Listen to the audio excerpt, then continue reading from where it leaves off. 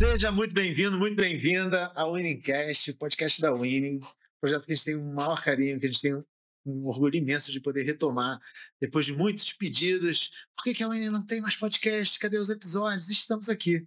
E esse primeiro episódio eu vou ter o prazer imenso de conversar com o Gui Arruda, diretor de marketing da GM, que é nosso cliente, parceiro, amigo, e o William Corbo, que é antropólogo e que, cara, eu quero aprender muito contigo aqui hoje. Sejam muito bem-vindos.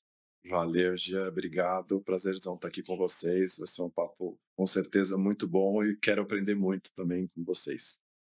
Total, prazer também estar aqui. Foi uma conversa muito agradável, um discutir coisa muito interessante e sair sempre um pouco mais enriquecido, assim, né, com aprendizado legal. É isso, vamos sair melhor daqui do que a gente Sim, entrou. sim. Falei assim, é um papo solto.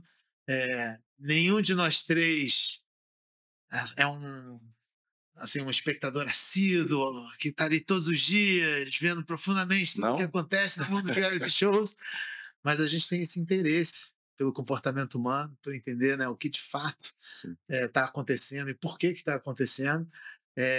E hoje a gente vai falar muito sobre essa tesão que o brasileiro tem, esse tesão que o brasileiro tem sobre reality shows, né?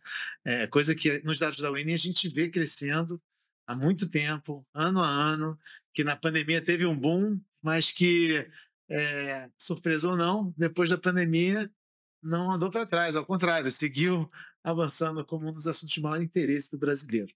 Só que antes de a gente mergulhar nesse assunto, conta um pouquinho mais, Vini, da tua história, para todo mundo que está ouvindo a gente te conhecer, saber de onde você vem, de onde vem a tua visão de mundo. Pô, legal, eu sou antropólogo, eh, sou um antropólogo, acho que um tipo de antropólogo meio raro no contexto brasileiro, assim, né, que eu sou um antropólogo especializado no tema do consumo. Eu fiz a minha graduação em Ciências Sociais e logo ali eu já me encantei pela antropologia e pelo tema do consumo. Acho que eu dei uma sorte também de descobrir um tema, assim.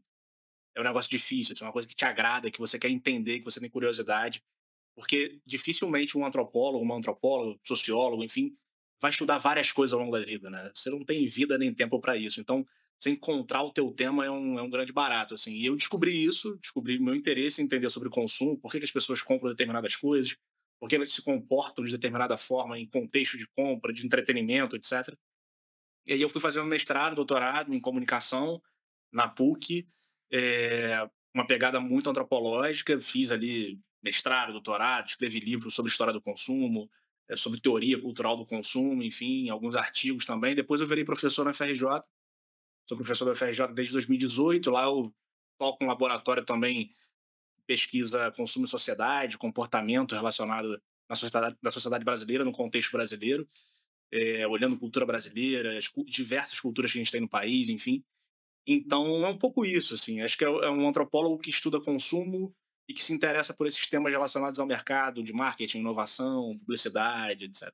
Irado, bom demais. Obrigado, hein, cara, por estar aqui com a Prazer estar aqui. gente. Seja o primeiro de muitas conversas. Gui, conta. Eu tenho o prazer de já te conhecer há bastante tempo, né? Mas Sim. muita gente que está escutando aqui, a gente não tem esse mesmo prazer. Então, conta um pouco da tua história. Vamos lá, eu trabalhei aí por muitos anos sempre em ambientes digitais, né, desde os primórdios da internet e do surgimento dos grandes portais. Trabalhei muito com publicidade, tanto do lado de vendas quanto de marketing. Passei 12 anos no Google e estou há um ano exatamente na GM, liderando hoje o time de marketing para a América do Sul.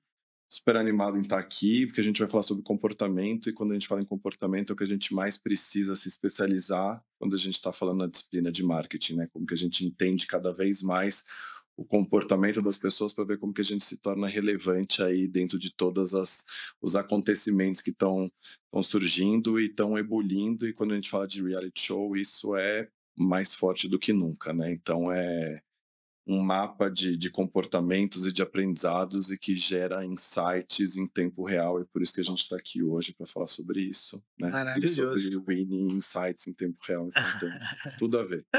Total. E também, né, para quem está ouvindo a gente e não conhece a Uni profundamente, a gente aqui tem essa paixão por entender o comportamento das pessoas, né? É a razão de existir da nossa tecnologia, da nossa empresa. Lá atrás, eu via como era difícil, quando eu trabalhava na Coca, realmente entender o que era relevante na cultura, o que estava acontecendo.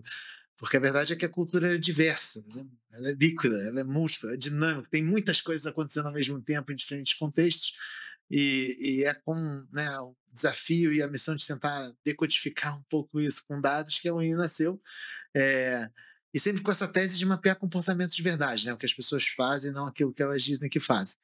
E a gente faz isso observando esse comportamento de consumo em vídeo, na internet, né. A gente entende o que as pessoas estão assistindo no YouTube, no Instagram, no Face, no TikTok, na Twitch, com inteligência artificial classifica e transforma, esse comportamento em insights culturais. E quando a gente olha para os dados da Winning, retomando um pouquinho o ponto de partida aqui da nossa conversa, a gente vê esse, né, acho que a melhor palavra é essa mesmo, essa obsessão do brasileiro por observar a vida dos outros, né?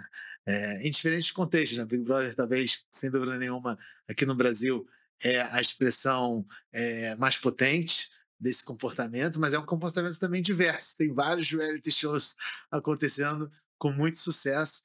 Então, eu vou começar aí, jogar a pergunta fundamental na mesa, William. Da onde vem essa paixão, esse interesse, esse tesão do brasileiro por observar a vida alheia? Primeiro, é da característica dos meios de comunicação de massa, assim, de projetar realidades imaginadas. E a gente tem um acordo com esses meios de comunicação que a gente sabe que o que está acontecendo ali não é a vida real, de fato. Mesmo um reality show. Mas se a gente pegar as outras produções, a gente sabe que aquilo é uma novela, uma série, um filme. Mas aquilo tem. A gente tem um acordo de acreditar no que está rolando ali. E beleza, vou ver o que está acontecendo e vou atrás.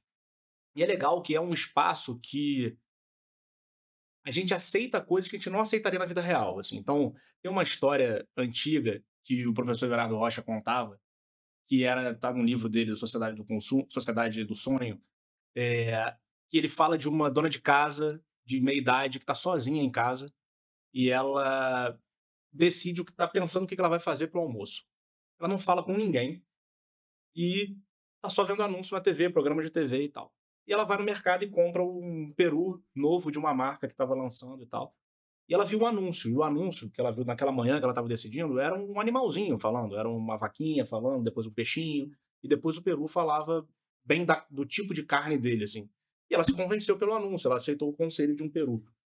A gente vê anjo, vê Papai Noel. E, pô, acha o máximo, segue o conselho que tá ali. Então a gente tem um acordo com os meios de comunicação de acreditar no que tá ali. E quando a gente vai para um reality show, tipo Big Brother ou outros reality shows, eles também têm uma capacidade, além de estar nesse espaço que tudo é meio possível, o tempo está suspenso, etc., eles também têm a capacidade de dramatizar questões importantes da nossa vida social. Verdade. Então, é como se fosse um momento, o reality show, e o Big Brother, no caso brasileiro, acho que é o mais emblemático, é como se fosse um momento que a gente para pensar sobre a gente mesmo, assim. Por mais que tenha entretenimento, brincadeira, em todo programa surgem discussões importantes na sociedade e são discussões que a gente não faz no dia a dia comum. Assim. É como se o programa fosse um momento para a gente parar e refletir sobre a nossa própria existência. Assim. Então, tem muita conexão com coisas que estão latentes na nossa vida. Assim. Então, acho que isso é uma das possibilidades de a gente interpretar esse sucesso do reality show na vida brasileira. Eu concordo muito, cara. A gente, em N diferentes contextos, viu exatamente isso que você está falando nos dados. E um exemplo recente, ano passado a gente estava mapeando quais eram as grandes tensões sociais, culturais aqui no Brasil. E um dos assuntos de maior relevância era relacionamentos tóxicos. Estava lá nos dados, assim. E era um dos assuntos que estava dominando a atenção das pessoas aqui no Brasil, mas era um assunto pouco falado nas novelas, enfim, pouco explorado na sua profundidade. E aí, no último Big Brother, isso acabou acontecendo na casa, de uma forma orgânica, e esse assunto subiu como um debate, né, no país, um debate cultural, um debate social. Então, eu enxergo exatamente o que você está falando. Assim, acho que essa capacidade que os reality shows têm de expor questões com as quais as pessoas se identificam, muitas vezes questões que não são muito faladas, né, ou não faladas nesse contexto tão aberto, eu concordo que é uma das coisas que torna esse formato tão interessante, né? Isso é um desafio para as marcas, né? Porque como é que você controla o que você não controla ali dentro? Então, conta pra gente assim, por que também esse tesão das marcas por participar, né, de um reality show como Big Brother? E como Sim. tem sido a sua experiência vivendo isso na prática? Boa. Primeiro, a gente não controla e acho que toda marca que está lá tem que estar assumindo risco, né? E entender o que está acontecendo ali dentro para você se manter relevante e entrar nas conversas. Acho que o que tanta marca está lá dentro e a gente vê isso de uma forma muito potente, né? É um programa de televisão, mas que extrapola todas as telas, extrapola todos os meios, né? Então ele gera muita conversa. Ele acontece na TV aberta, mas ele também está na Pay TV, ele gera muita conversa em social, enfim. Então é uma oportunidade para as marcas estarem realmente em pauta, em conjunto com todas essas tendências desses acontecimentos. E a gente vê isso acontecendo de uma forma cada vez mais forte, mais intensa, uma marca trabalhando junto com a outra, enfim. Então, é mapear o que está acontecendo ali e ver se faz sentido para cada marca entrar ou não na conversa e de que forma. Tem momentos que você pode entrar e você vai entrar com um propósito, tem momentos que não e não faz sentido entrar em toda a conversa, né? Sim. Então, acho que o ponto é mapear todas essas conversas, identificar onde faz sentido ou não, com qual propósito eu vou entrar ali, e aí realmente surfar as ondas, né? Então, são coisas definitivamente não controláveis e você vai ter que entender qual que é aquele momento. Então, a gente trabalha muito com um squad muito bem estruturado, de social, de criativo, de time de crise, realmente para entender aonde vai ser a oportunidade, onde a gente vai realmente ficar de fora e tá tudo bem, a gente não Claro. precisa entrar em 100% das conversas, né? Mas cada vez mais a gente vê o potencial que é isso para as marcas de explorarem todos esses grandes momentos e micro momentos ali que tem oportunidade para todo mundo. Total. Tá, vou mostrar um dado que corrobora isso que você acabou de falar. A gente não Tá. combinou isso, hein, galera? A gente não combinou isso aqui. Mas é verdade. Uma das coisas que eu tinha separado aqui é mostrar essa como a capacidade que os reality shows têm de gerar conversas, né? Assim, que extrapolam muito o que é o Sim. programa, o que é a própria emissora, a Globo lá que está transmitindo, por exemplo, o próprio Big Brother. Então, só no último ano, assim, isso aqui abrindo um pouco o que a gente vê lá na Winning AI, primeiro, é uma conversa que está acontecendo em todos os lugares. Assim, tem um mar dessa atenção que está no YouTube, outro no Instagram, outro no TikTok, está em todos os lugares. Só no último ano foram mais de 10 bilhões de visualizações em torno, né, de reality show.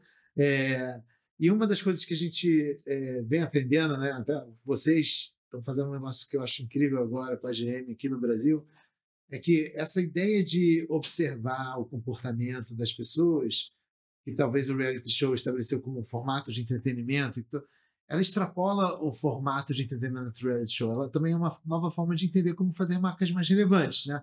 Então, o caso que eu estou apaixonado e a gente tem o prazer de ajudar de alguma forma a GM nessa jornada, é o que vocês estão fazendo agora nos 100 anos da GM, assim, onde vocês usaram essa mesma lógica de mapear as conversas, os comportamentos, as comunidades, com a ajuda da Winning, para entender, cara, como é que a gente podia reconectar essa marca de uma forma genuína, autêntica, relevante para as pessoas, e tem muita coisa bacana acontecendo. Super. Saiu ontem a notícia, né, que, inclusive, uma das comunidades que vocês estão abraçando com muito carinho são dos opalheiros, dos apaixonados pela GM. Conta um pouquinho dessa forma também de olhar para a realidade das pessoas e aprender Legal. sobre como construir marcas mais fortes. Perfeito. A gente, como você bem falou, a gente mapeia a cultura e mapeia o que é paixão para os brasileiros, né? E a gente identificou isso muito fortemente nas plataformas, a questão das comunidades, dos apaixonados por carros antigos, por carros clássicos, carros icônicos, e a Chevrolet é a única montadora que está há 100 anos no Brasil, né? E acabou de completar 100 anos no finalzinho de janeiro desse ano. Então, qual que é o ponto aqui? Identificando, né, essa grande paixão e essa movimentação que existe nas redes sociais em relação a esses carros icônicos, a gente trabalhou toda a campanha de 100 anos, todo o projeto de 100 anos para olhar para trás, mas ao mesmo tempo olhar para o presente, olhar para o futuro, mas resgatar esse legado de marca e conectar de uma forma muito forte, né, essa emoção do brasileiro com a Chevrolet. Então, a gente, no início do Big Brother, a gente resgatou a carreata, que é justamente o momento de início do programa, onde todos os brothers, eles vão de um hotel até os estúdios, né, para começar o programa.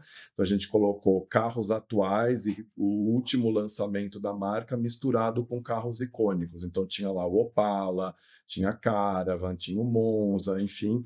E isso explodiu em termos de conversa, né? Então as pessoas realmente querendo saber mais sobre esses carros, lembrando histórias, conectando com a família, com os amigos, com o passado. Então a gente percebeu que a gente mexeu ali com o coração do brasileiro, né? E isso é muito forte, tanto que a gente anunciou recentemente que a gente vai ter um projeto que a gente está chamando internamente de Vintage, que é resgatar o Opala, o Monza, enfim, vários carros icônicos, que todo mundo tem uma história do pai, da mãe, da tia, da avó, do primo, do vizinho, enfim, com o Chevrolet, e a gente vai resgatar isso esse ano para celebrar os 100 anos e vai relançar uma série de modelos esse ano. Então vai ser um sucesso, certeza, e mapeando esse movimento aí, a gente vai trazer isso e com certeza vai gerar barulho. Já está gerando, né? Isso é sensacional. Eu teria um Opalão.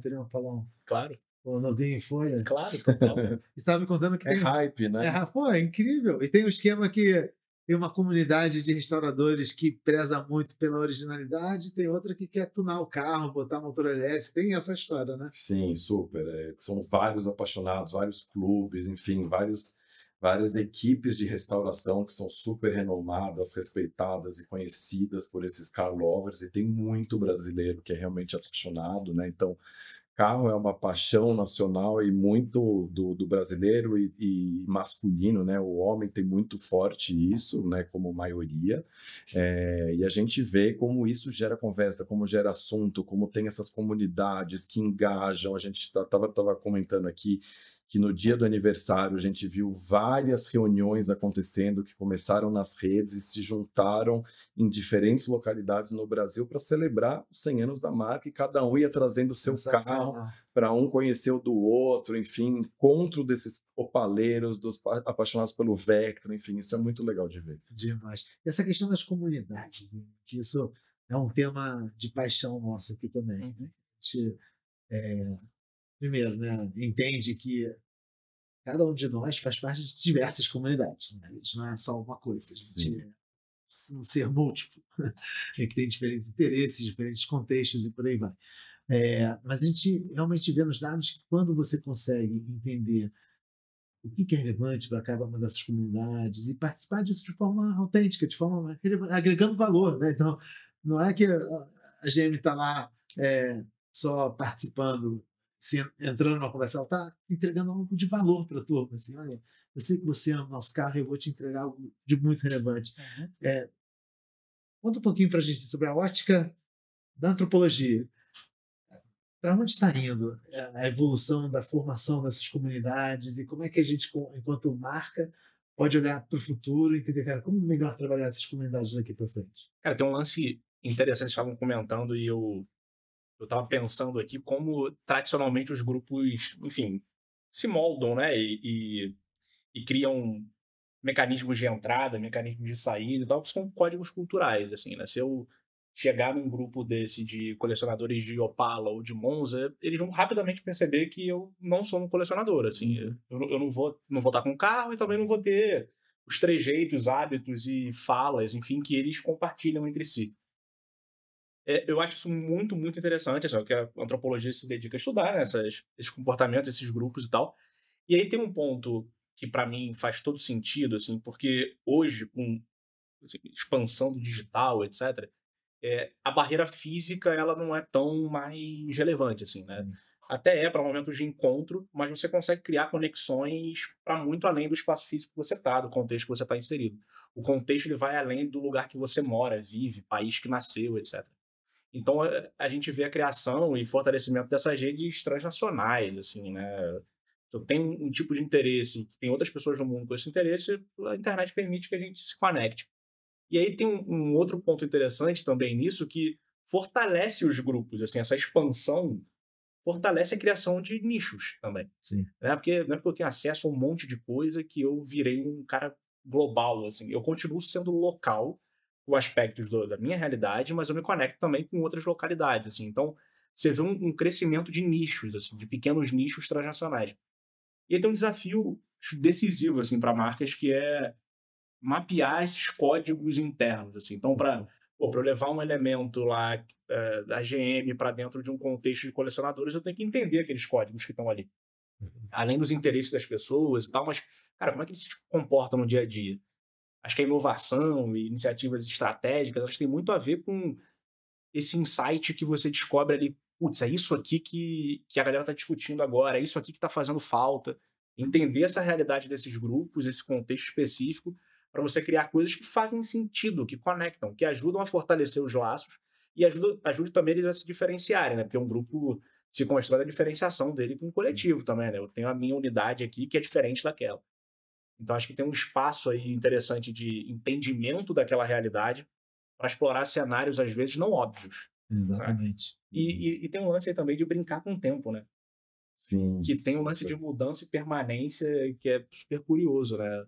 Para um carro que é mega antigo, tradicional, boto junto com um carro novo e tem uma brincadeira aí de permanência e mudança que é legal e que tem a ver com o Big Brother também, né? Não, total. Permanência e mudança.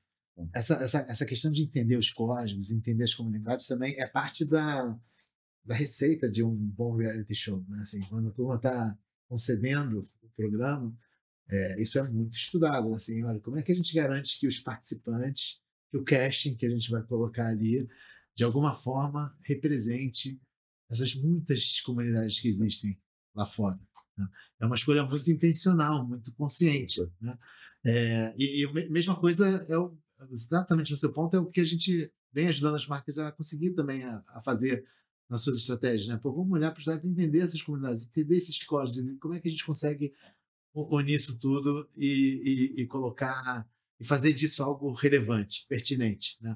E nessa de entender os códigos, sempre a gente acaba vendo coisas que a gente fala, caramba, olha isso. Né? E uma delas, vou mostrar aqui um dado que é legal a gente ver, assim, a gente já sabe disso, né? Um pouco das conversas que a gente vê no dia a dia, mas quando a gente bota a nossa inteligência artificial para entender dentro de tudo que as pessoas gostam de consumir, quando o assunto, por exemplo, é BBB, a resposta tem várias coisas. Tem o momento das festas, eliminações, engraçados, momentos de amizade.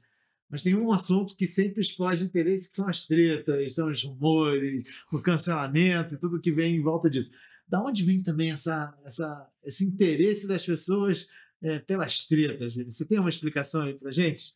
Não sei se é uma explicação, mas me faz pensar algumas coisas, assim, né? Eu acho que todo mundo já passou por uma situação, assim, de imaginar brigas, né? Você imagina o que você vai fazer se acontecer aquele conflito. Né? E às vezes você ensaia, tipo, você se pega pensando, se falar isso, eu vou falar aquilo. Você imaginou a briga na tua cabeça. Mas na hora H, tem barreiras sociais que impedem de fazer isso. Então você imagina, pô, se eu chegar lá, meu chefe fala tal coisa, meu amigo fala tal coisa, minha esposa fala tal coisa, eu vou discordar e vou bater de frente, etc. E começa a pensar o que você vai falar e tal. Chega na hora, na vida real, tem as barreiras que não deixam você fazer isso. Sabe? Os códigos daquele contexto que não deixam. Por mais que você discorde ou não concorde muito com aquilo, ou aquilo seja grave para você, você vai, sabe, você vai se moldar para até questionar e etc. E eu acho que a treta no programa, ela projeta isso. Assim, quem tá vendo sonhou com aquilo, em fazer aquilo em algum contexto. E aquela suspensão da realidade do Big Brother permite isso. Porque você nem conhece aquela pessoa que tá ali. Você não tem o laço de afinidade que nem você tem divergências com seu tio. Seu tio vai falar alguma coisa, você não vai brigar com seu tio, com a sua tia. Não, a família, né? Pô, não faz isso. Não, tudo bem, vamos conversar de outro assunto e tal. Ali não. Ninguém tem essas amarras sociais colocadas. Tem até um pensamento, como é que eu vou me portar para fora e tal. Mas na hora H ali, você não tem essas barreiras te podando, sabe? E aí eu acho que desperta o interesse das pessoas de, cara, é isso, putz, que interessante. Aí alguém xinga de alguma coisa e aquilo vira um jargão que popularizado e tal, etc. Eu acho que tem muito isso, assim, de projetei coisas na minha cabeça que eu vi materializado por alguém, assim, e aí cria uma afinidade também com as pessoas, etc. E o que você está falando, a gente vê também, assim, você vê que o primeiro assunto, né, mais relevante aqui são eliminações, e segundo são os memes. E quando você vai analisar os memes que saem do programa, a grande maioria são sobre algum desses momentos em que a turma acaba usando humor para, enfim, transcender aquele assunto para um assunto que pode ser aplicado nas pequenas situações do dia a dia, vira stick de WhatsApp, vira tudo que ele pode imaginar. Né? É humor e tensão, em resumo, né? O tempo todo. E aí, conta um pouquinho de tudo que a GM já viveu no Big Brother. Né? Vocês fizeram. Acho que uma das coisas que vocês aprenderam trabalhando com reality é que existem diferentes momentos. Tem um antes, tem um durante, tem um depois. Assim, o carro da GM é um dos grandes prêmios Sim. de quem vai vencer o programa. Né? Como planejar isso nesse contexto de tanta falta de controle do que vai acontecer? Né? Como é que vocês conseguem se antecipar o máximo possível para o que vai acontecer lá dentro? Boa. Bom, vamos lá. Falando de carro em específico, né? Quando a gente fala em carro, geralmente a gente está falando do primeiro ou do segundo bem de mais alto valor que uma pessoa pode comprar, né? Sim. Ou é a casa própria ou é o carro, né? Que ela acaba comprando na vida. Salvo raras exceções, mas a gente vê o quanto que isso gera de emoção, né? Quanto que a gente realiza de sonho, e cada vez que tem uma prova e a gente coloca um carro e a pessoa ganha, geralmente é uma explosão de emoção, né? As pessoas choram, as pessoas ficam malucas.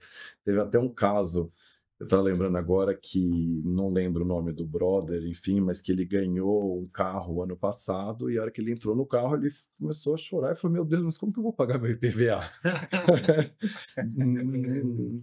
Estava totalmente fora de cogitação para ele. E a gente viu esse ponto ali, começou a reverberar para caramba, gerou um monte de conversa. Primeiro a gente entrou lá, falou: calma, fica tranquilo, a gente vai te ajudar, a gente vai pagar o IPVA. Mas daí, ao mesmo tempo, a gente começou a olhar todos esses assuntos relacionados a IPVA. A gente falou: será que a gente não deveria também estar olhando isso de uma forma diferente?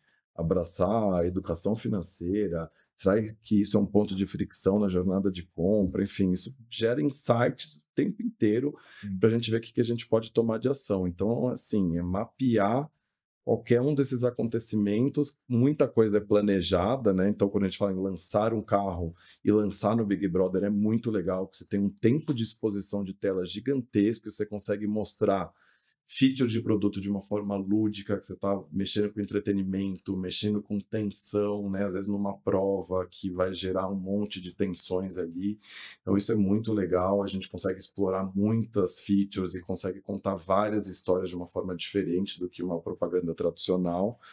E isso a gente vê na hora o reflexo em busca, visita no site, comentários, também quero, meu filho também quer, eu quero dar para minha mãe, não sei o que. Isso gera muito assunto e é muito bacana da gente conseguir promover esse engajamento pela marca, pelo produto, despertar o interesse e continuar a conversa. Então é muito legal, e o mais legal é isso, são as novidades que não estão controladas, não são esperadas, e como que a gente pode surfar pequenas e grandes ondas e usar isso também com humor. Então, outro exemplo que eu lembro, assim, antes desse Big Brother começar, nós somos super pequenininha lá, mas eu acho que a Graciane lá, que é toda fisiculturista, enfim, falou que queria comer, precisava comer dezenas de ovos por dia, né? Daí, na hora, lá o time de social já postou ali uma caminhonete pensando quantas caixas de ovo cabem nessa caminhonete aqui para levar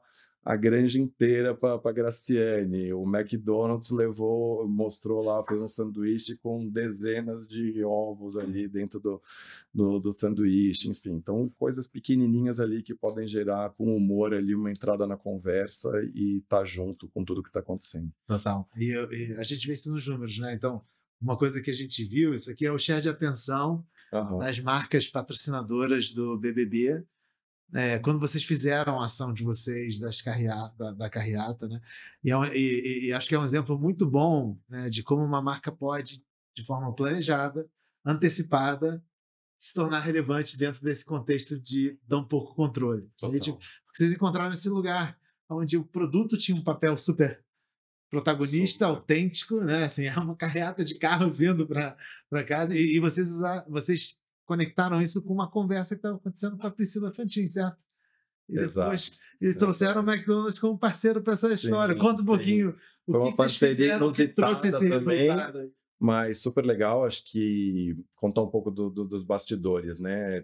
sempre tem uma série de especulações de quem são as pessoas que vão entrar, tem celebridades, não tem, e aí a web começou a comentar muito sobre a Priscila Fantin, será que ela vai, será que ela não vai, enfim, e gerou muita conversa e muita especulação em relação a isso.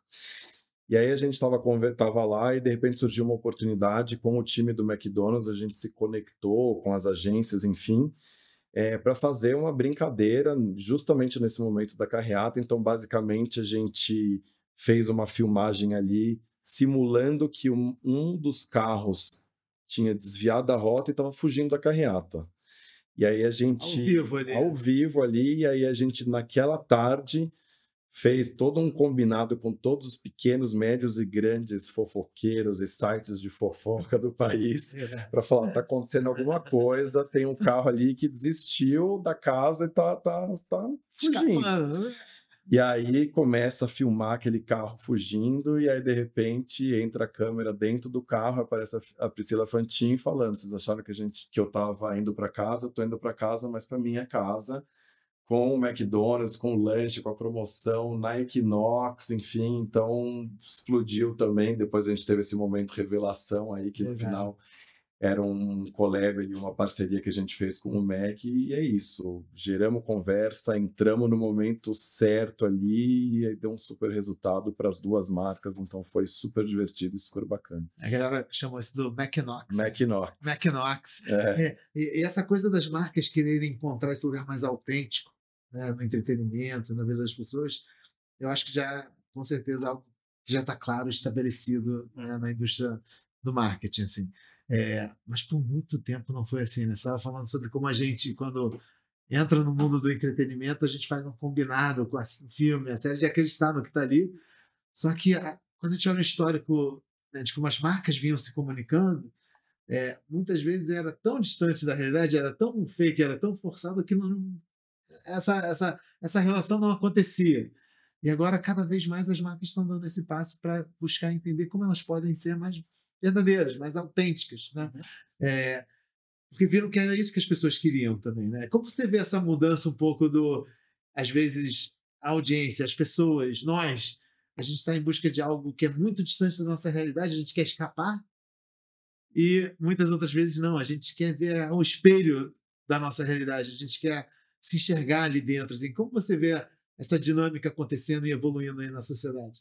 Pô, acho que a publicidade, o marketing, enfim, tem um papel ultra relevante na estrutura do capitalismo, assim, né, de pegar e dar significado para determinados bens, serviços, experiências, e mostrar onde aquilo se encaixa na tua vida, né? Então, putz, o carro de quem está mandando bem, o carro do jovem antenado, o carro daquela pessoa que está conectada com a experiência histórica, especialista em carro e tal.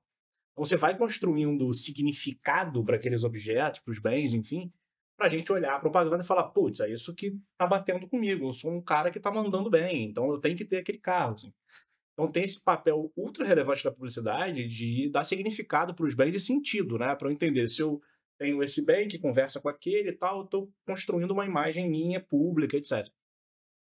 E eu acho que tem um espaço contemporâneo, assim, com essa possibilidade de estudo, de entendimento de realidade das pessoas e tal, que é também de mapear parceiros que fazem sentido você incorporar a sua marca, assim, não? Então, qual é a outra marca que conversa com a minha? E é um trabalho mega complexo de você entender isso, né? Que as marcas têm trajetórias e imagens próprias, qual que eu puxando para cá agrega comigo também, porque eu quero construir. E a mesma coisa em celebridades, qual é a celebridade que traz o quê para mim, né? Tipo, o que eu botar o Tony Ramos na minha propaganda, ou a Fernanda Montenegro, quem for, assim, o que ele vai trazer para mim de conceito, de sentido, que as pessoas vão associar e eu vou pegar emprestado daquela figura.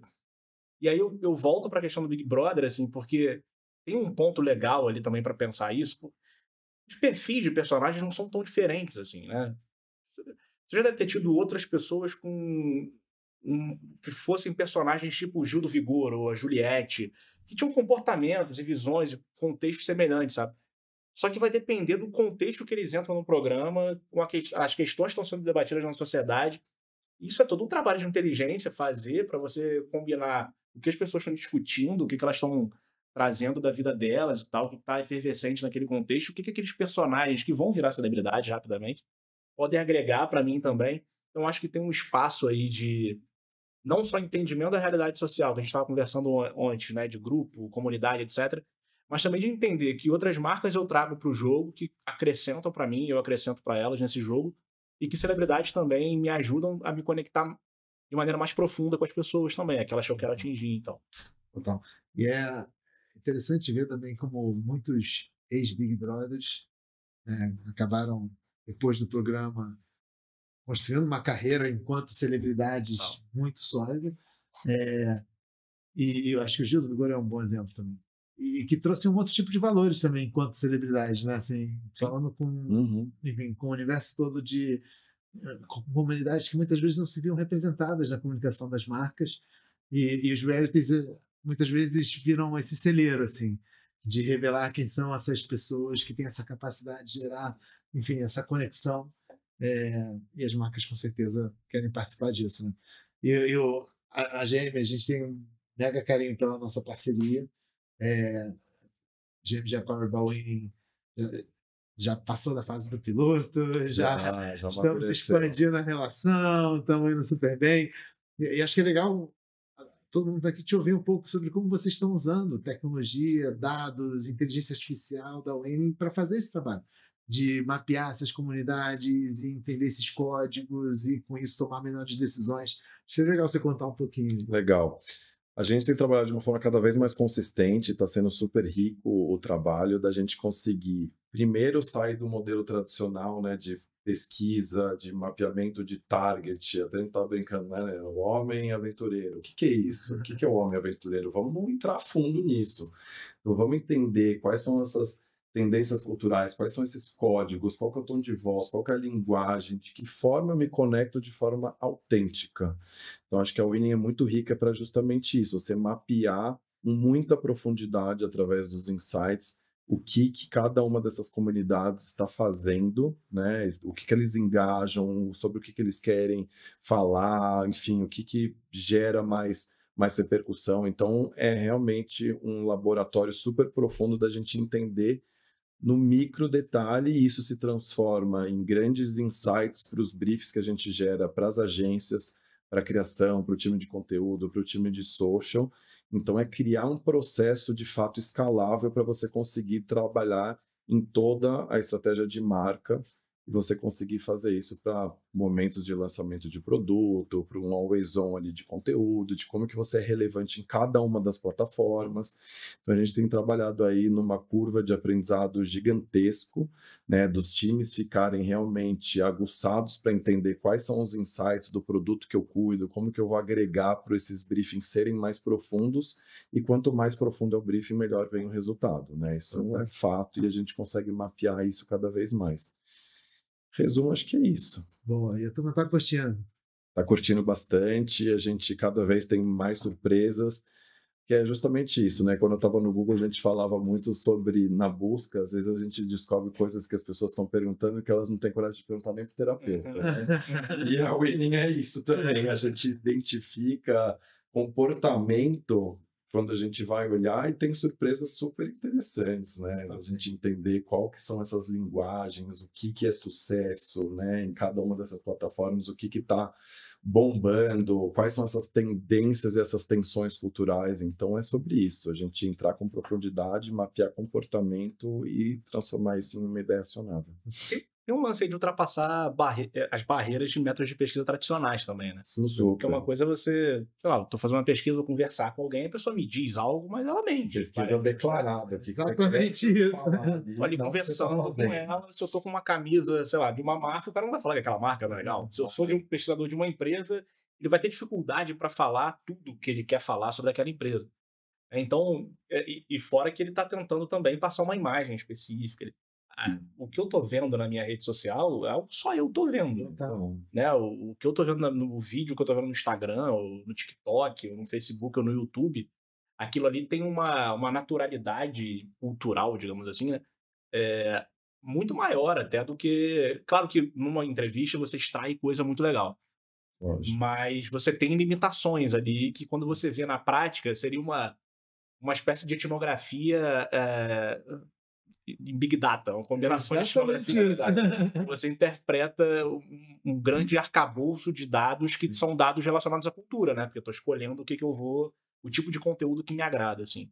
Então é legal, porque tem esse ponto, é legal por muitos motivos, mas o que eu fiquei pensando aqui na fala foi como ultrapassa barreiras de métodos tradicionais de pesquisa que são muito úteis até hoje, mas eles não conseguem entrar na casa da pessoa, sabe? Perfeito, é exatamente isso. Isso lá atrás foi muito o que fez a Winnie acontecer, assim. E por isso acho que o paralelo, a brincadeira de olhar para o reality show com esse olhar faz sentido. Assim, quando a gente para e assiste um programa que é um reality, a gente descobre coisas, a gente, né, traz assuntos que sempre tiveram aí, na verdade, mas que eles ganham palco, ganham luz, ganham vida. Um pouco do que a gente faz na Winnie é fazer isso numa escala muito absurda, né? Sem, né, confiar em ninguém, mas observar como está esse comportamento humano através da atenção, assim, onde as pessoas estão dedicando o seu tempo, a sua atenção. E eu, quando era mais jovem, pensava em ser antropólogo, sentia essa paixão pela... já passei entre ser antropólogo, ser sociólogo e ser arqueólogo. Não vou ser arqueólogo, porque quando eu ficar mais velho já vou ter descoberto tudo, vou passar fome, vou trabalhar com comunicação. E muito do sonho é fazer isso mesmo, a tecnologia que ajude a gente a mapear a cultura. Mas tem uma coisa, você está falando da profundidade, né? Que eu defendo muito também, que assim, os dados são reveladores. Ele realmente te ajuda a entender quantitativamente quais são essas comunidades, quais são os assuntos relevantes, né? Enfim, no nível muito granular, muito granular. Mas depois que você... E os dados vão te trazer o quê, né? Sobre o que você deveria falar, onde você deveria focar. Mas depois a gente gosta muito de trazer essa camada que vem mais da interpretação dos porquês. Então é isso aqui que está acontecendo, mas por quê? E aí eu acho que entra o lugar, né, da antropologia, para a gente ir com muito mais profundidade no entendimento daquilo que a gente está observando como comportamento, né? E a gente vê que existe nos dados também uma diferença muito clara entre quais são esses comportamentos efêmeros, a trend do TikTok da semana, daqueles comportamentos não efêmeros, né, de coisas que vêm crescendo de relevância ao longo do tempo. Enfim, muitas vezes os realities eles dão luz a um desses assuntos que já estava crescendo há muito tempo, por exemplo, o relacionamento tóxico, e isso faz aquilo virar mainstream de vez, né? Enfim, então, muito maneiro você ter escolhido dedicar o seu lugar de estudo para entender esse comportamento de consumo. Eu acho ter mais antropólogos trabalhando junto com a gente para entender os porquês da coisa é uma coisa muito importante, né? Como é que você vê assim a antropologia e sua área de atuação evoluindo nesse novo mundo data-driven, com essas ferramentas disponíveis para a gente ter esse melhor mapeamento do que está acontecendo? Tem um espaço gigantesco, assim, fora do Brasil isso é muito mais presente, assim, você pega todas as grandes empresas de tecnologia, elas têm laboratórios de pesquisa, enfim, que tem muito antropólogo, sociólogo, historiador trabalhando, assim, várias, né? Você pega grandes inovações construídas por essas empresas de tecnologia e sempre tinha ali pesquisa antropológica, pesquisa sociológica. Você tem personalidades famosas assim, no mundo da tecnologia, do Parque, da Xerox, na Apple, no Facebook, na Intel, antropólogo, PhD em antropologia, PhD em sociologia, que falou, cara, eu quero trabalhar na indústria. Quero estar aqui dentro para entender como as pessoas se comportam e criar coisas inovadoras. No Brasil isso é incipiente, mas tem ganhado muita força, assim. Eu tenho vários alunos da UFRJ que hoje estão trabalhando em empresas, assim, trabalhando com marketing, com UX e criando coisas a partir de insights de comportamento humano, juntando esse dado bruto, duro e o Big Data, né? Big Data, grande quantidade, com interpretação qualitativa, digamos assim. E se a gente não combinar essas duas coisas, é difícil a compreensão. Você tem uma socióloga chamada Tricia Wang, ela conta uma história da Nokia, ela era uma etnógrafa da Nokia. E a Nokia tinha vários etnógrafos espalhados pelo mundo para fazer pesquisa. Estavam convivendo com determinadas comunidades e tal, como vocês fazem digitalmente, eles faziam lá dentro, assim. E aí ela e outros perceberam como as pessoas estavam gastando muita grana para ter smartphone, assim, e que elas não se preocupavam com questões utilitárias, que a Nokia olhava e falava, não, pô, é um negócio caro, a bateria acaba rápido, a galera não vai querer isso, assim, né? O nosso é muito mais barato, etc.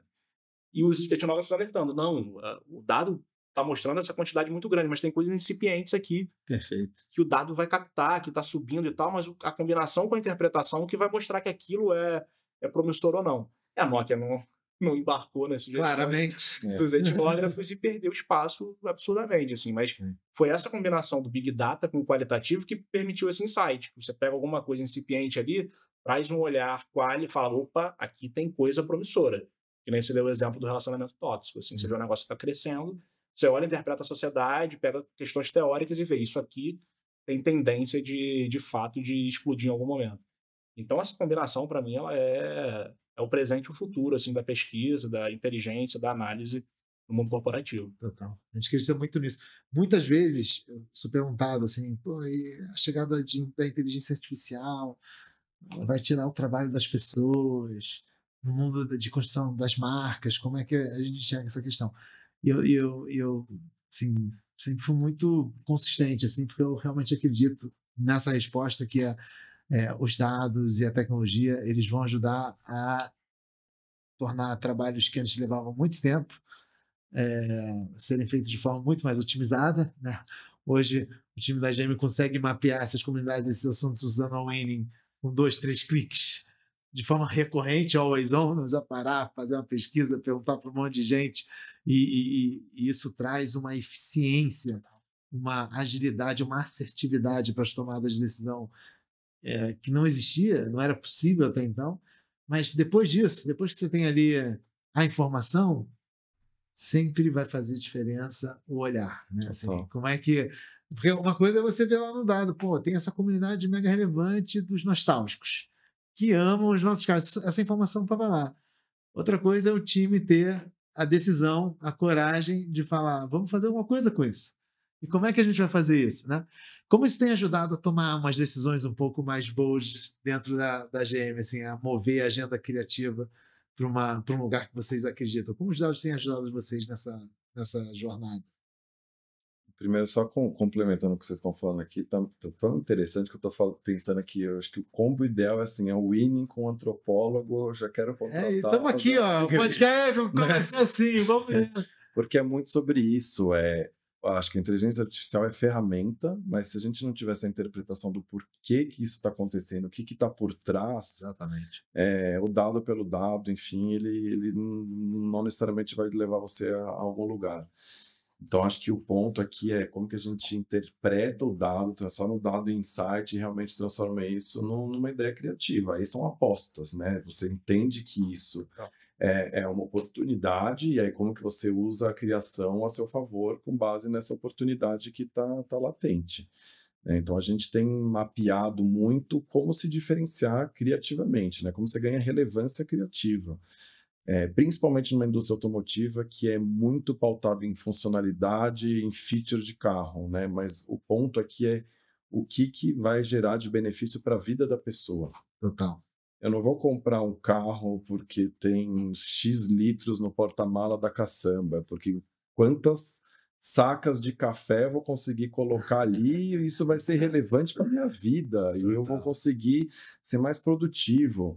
Eu vou comprar uma SUV maior porque eu vou ter gêmeos. E eu vou conseguir colocar uma cadeirinha que eu quero trazer lá dos Estados Unidos. Enfim, eu ganhei um labrador, eu adotei um pet, né? Então, é sobre o que vai importar para a minha vida. Então, esses insights, a interpretação desse insight vai identificar para a marca, né? O que vai ser relevante, o que vai ser interessante e como eu trabalho isso de forma criativa. Acho que no final é sobre isso. Perfeito. E é isso que você pode esperar desse podcast. Em cada episódio a gente vai tentar trazer um assunto, dados para entender o que está rolando e discutir um pouquinho dos porquês, assim.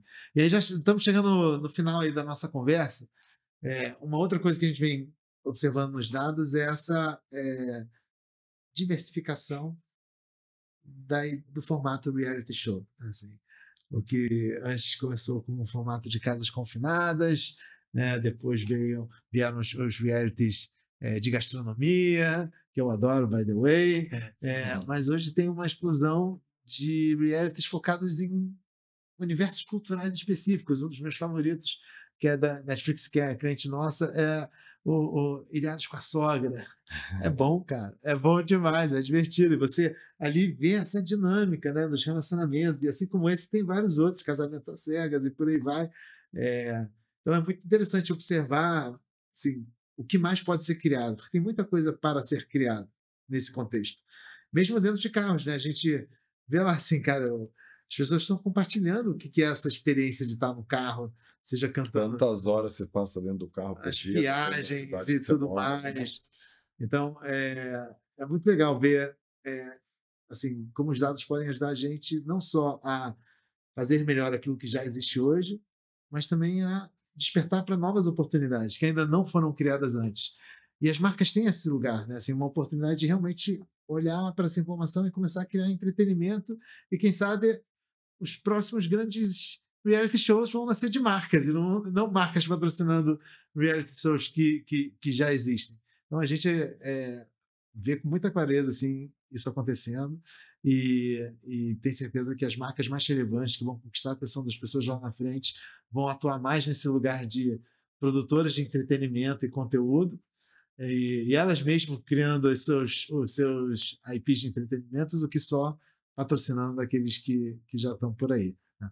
Total, acho que, como você falou, reality, a palavra por si só, remete à realidade. Então, você conseguir fazer conexões mais reais, mais humanas. Então, acho que é um pouco sobre isso, né? Como que isso gera uma oportunidade para as marcas entrarem nessa conexão com a vida real, real oficial ali, nua e crua, né? Então, acho que gera mais autenticidade, né? Mais despojado, enfim, é mais descolado para a marca estar ali, assume mais risco, enfim, mas ao mesmo tempo mais oportunidade para você estar mais conectado com a cultura e com a vida das pessoas. É isso. É uma sugestão super ousada essa, né? Porque, de fato, assim, você pega os realities que estão explodindo, né? E são de nicho, né? Além do Big Brother, que é o geralzão, assim, a gente ia lá atrás, a casa dos artistas, é um negócio geral, de botar as pessoas na casa e convivam aí, né? Tem umas provas para vocês brigarem, discutirem, se amarem, etc. E namorar e vão brigar. Aí você tem um espaço depois de reality que focam em temas que de alguma forma são importantes na vida social, assim, que são questões que a gente carrega há muito tempo, com a sogra, é uma questão, Sim. né? É uma questão cultural mesmo, assim, até quem se dá bem com a sogra faz piada com a sogra, sabe? Uma coisa de comportamento que as pessoas conversam, então vai despertar o interesse. A questão do ex é uma questão sempre, o ex, a ex, enfim, então um reality que foca nisso. Então é mega promissor você entender questões que são permanentes na sociedade, ou então que são efervescentes não, mas que são incipientes e vão crescer e explodir nos próximos anos, e você pensar conteúdos atrelados a isso, né? E aí, tanto de propaganda, enfim, quanto de programas específicos, né? Então, sei lá, se eu tenho um tema que ainda não foi explorado em reality show, que combina com a minha marca, combina com a proposta de valor que eu tenho para os próximos anos, pode dar um super match aí, você também ser criador disso e não só um patrocinador que é um co-criador junto também, né? Mas você impulsionar um negócio de baixo, assim, focado especificamente naquilo que é o teu core, assim. Perfeito. E aí fica o jabá, ó, se vocês quiserem saber quais são as próximas grandes oportunidades de criar um reality show para sua marca, procura a gente, que a gente tem essa informação lá. E sabe uma coisa interessante que a gente vê nos dados, cara, do que tem muita coisa sendo criada, né, em termos de conteúdo. A verdade é que para uma marca ter, não só uma marca, qualquer criador de conteúdo, ele ter sucesso, ele precisa criar conteúdo muito mais relevante do que todo o universo que está sendo ofertado. Sim. E tem eu diria que é um hack, mas é algo que a gente vê de forma consistente nos dados, que quando você mistura assuntos não óbvios, em geral você consegue unir comunidades, unir audiências. E isso faz uma determinada ideia de conteúdo alcançar mais pessoas, ser relevante para mais pessoas. Vou dar um exemplo. Quando a gente olha lá nos dados da Winning, quais são os programas de gastronomia mais relevantes, que geram mais engajamento na cultura nos últimos 2 anos, chuta. Você acha que foi o programa que... Dos últimos 2 anos? 2, 3 anos. Óbvio, Masterchef. E você, o que você diria? Se eu já te contei esse insight. Não. Além de Masterchef, puta, não sei. É o que a gente imagina, né? O que a gente conhece. Mas quando você olha lá nos estádios da Winning, cara, tem um programa da Selena Plus Chef, que a Selena Gomez fez, que bomba e que gera um nível de engajamento na internet absurdo, por N motivos, mas os principais é que ela não sabe cozinhar, então ela está ali numa jornada de... todo mundo se identifica com aquilo. Ela é uma celebridade do mundo da música, falando de gastronomia, então você une duas paixões, essas duas paixões, essas comunidades e tal. E em cada programa ela traz convidados de diferentes contextos completamente aleatórios, a maioria amigos, e essa mistura de elementos torna aquilo não só original, diferente, mas mais relevante também. Então fica a dica, ó, fazer entretenimento bom, misturar assuntos realmente é um negócio que funciona. Assim. Então, gente, queria agradecer, que estamos, produção, estamos bem, né? De tempo, chegamos ali, então, beleza. Então, obrigado, esse aqui foi o primeiro de muitos episódios. A gente está feliz demais de ter contado com vocês aqui nessa primeira conversa. Gui, obrigado demais pela parceria. Obrigado você aí pelo convite, foi uma delícia o papo. Obrigado também, eu aprendi muito e, de novo, repito, antropologia com marketing, com insights, inteligência artificial. Dá sucesso. Dá sucesso bom. William, obrigado demais, cara. Pô, foi um prazerzaço trocar com vocês aqui, conhecer o Gui também, bater esse papo. E venham outras conversas também. Com certeza, vai ser um prazer. E depois, produção, vamos botar o LinkedIn do William para a galera seguir, do Gui. Quem quiser chamar ele para um papo aí, fica à vontade, a gente vai pegar contigo e colocar ali, vai aparecer ali na imagem ali para a turma. Queria também pedir para a turma toda ó, que está ouvindo a gente, segue a Winning, que recorrentemente a gente vai começar a postar insights não óbvios no nosso Instagram, no nosso LinkedIn, @Winning, segue a gente lá. Se inscreve na nossa newsletter que está bombando, né? Tá bombando a newsletter. Tá tipo um negócio absurdo, tá uma febre, a galera tá acompanhando, entrando, nível de conversão altíssimo, que o time faz uma curadoria de insights toda semana para mandar o cara o que está acontecendo na cultura, enfim, é bem legal. E acompanha a gente, que vem muita coisa por aí. Valeu? Obrigado, turma. Até a próxima. Valeu, gente. Valeu.